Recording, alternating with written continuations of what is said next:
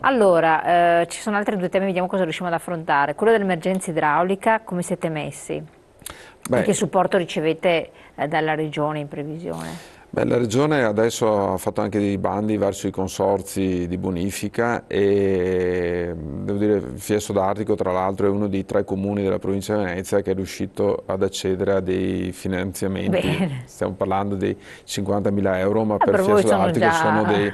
dei soldi non indifferenti che adesso quest'anno vedremo di riuscire a già mettere in piedi qualche progetto per utilizzarli il prima possibile. E questo è positivo perché il territorio di Fieso d'Artico, che già negli anni precedenti era un territorio un po' come tutta la riviera, dopo dipende da dove batte la Sì, pioggia, no? E sempre in criticità, oggigiorno riusciamo a respirare bene perché il consorzio di bonifica è riuscito a fare dei lavori con un'idrovora, grazie anche a un finanziamento regionale di 1 milione di euro, che ha messo in sicurezza tutta la parte sia di Fieso d'Artico ma anche di Stra e parte di Dolo. E invece l'altra emergenza, anche se non se ne occupa direttamente lei, però di fatto è competenza dell'ANCI, è quella dell'immigrazione, no? Di cui si parla anche Sì, tanto. infatti oggigiorno un'altra questione non da poco è quella dell'immigrazione. I prefetti sono sempre là a trasmetterci richieste di immobili per ospitare queste persone e ci sono comuni che magari riescono ancora ad avere qualcosa, altri comuni non ce la fanno proprio ad ospitare nessuno. La provincia di Venezia è messa anche abbastanza discretamente in questa ottica, altre province come Vicenza ma anche Padova stessa è un po' in criticità, non solo dall'aspetto amministrativo del comune ma anche del tessuto sociale che queste persone arrivano da ambienti totalmente diversi dai nostri, quindi un'integrazione non è facile, non è immediata. Non ci potrà nemmeno neanche essere un'integrazione, però perché sono persone che arrivano, stazionano qua un periodo, dopo magari se ne vanno, quindi non riescono ad avere nemmeno il tempo per integrarsi. Però questo nel territorio, il territorio ne ha un aspetto negativo. Sotto Sì. tutti i punti di vista, da quello ambientale, proprio dell'ambiente stesso, ma anche quello economico, sia perché dobbiamo far fronte a queste esigenze e sia perché questi soggetti non portano quel minimo di ricchezza che può autosostenerli, insomma. Ecco, la cosa più grossa, ma ad esempio, è che i comuni minori si trovano come incombenza, perché sembra che comunque dei soldi arrivino per far fronte a questo, no?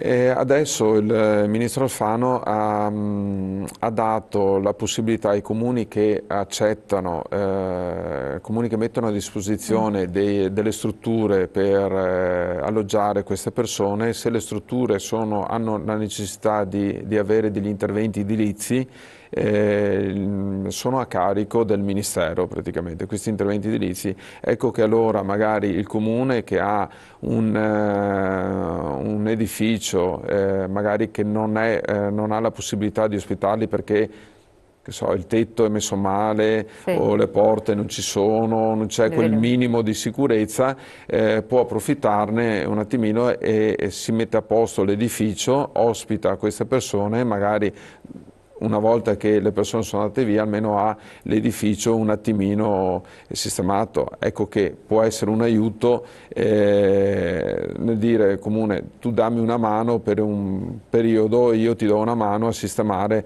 l'edificio che magari oggi non potrebbe ospitare queste persone.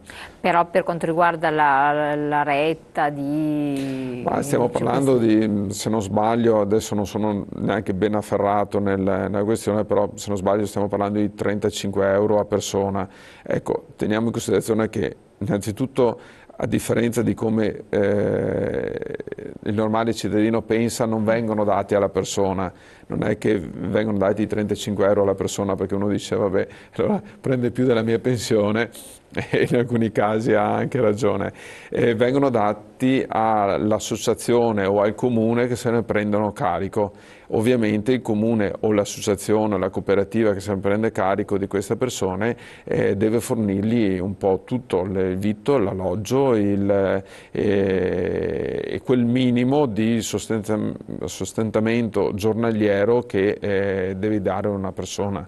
Quindi per alcuni comuni può essere, se ha la struttura, può essere anche agevole, per altri invece impossibile da sostenere? Sì. Perché manca anche la soldi. Comuni di una certa entità che hanno personale all'interno del comune che riesce ad avere il tempo per seguire queste cose e magari ha qualche anche edificio che non utilizzato, può essere anche un aiuto sia per queste persone che, non dimentichiamoci, almeno dovrebbero essere persone che arrivano da territori che sono in guerra o che sono politicamente non ottimali, nel senso che ci sono magari sommosse o cose del genere e che quindi scappano dai propri territori. Dopo sappiamo che la maggior parte invece sono anche persone che non arrivano da questi territori ma riescono ad avere documentazione o certificazioni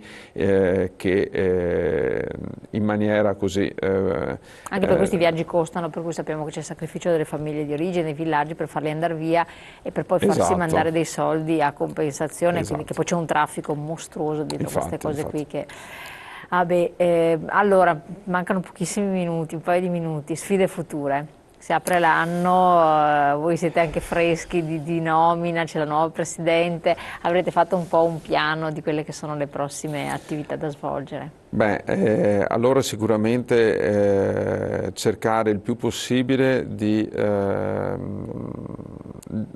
prendere le voci dei nostri associati, quindi delle amministrazioni comunali, creare degli obiettivi semplici e pochi, ma portarli al governo e insistere su questi obiettivi, perché effettivamente dobbiamo riuscire a far capire al governo le nostre esigenze. Quindi non ve ne starete zitti, insomma. No, assolutamente. E dopo c'è anche una parte di aiuto diretto, che può essere quello anche della formazione, perché l'ANCI, non dimentichiamo, fa anche formazione non solo per amministratori ma anche per i vari dipendenti comunali e su questo l'ANCI sta investendo molto.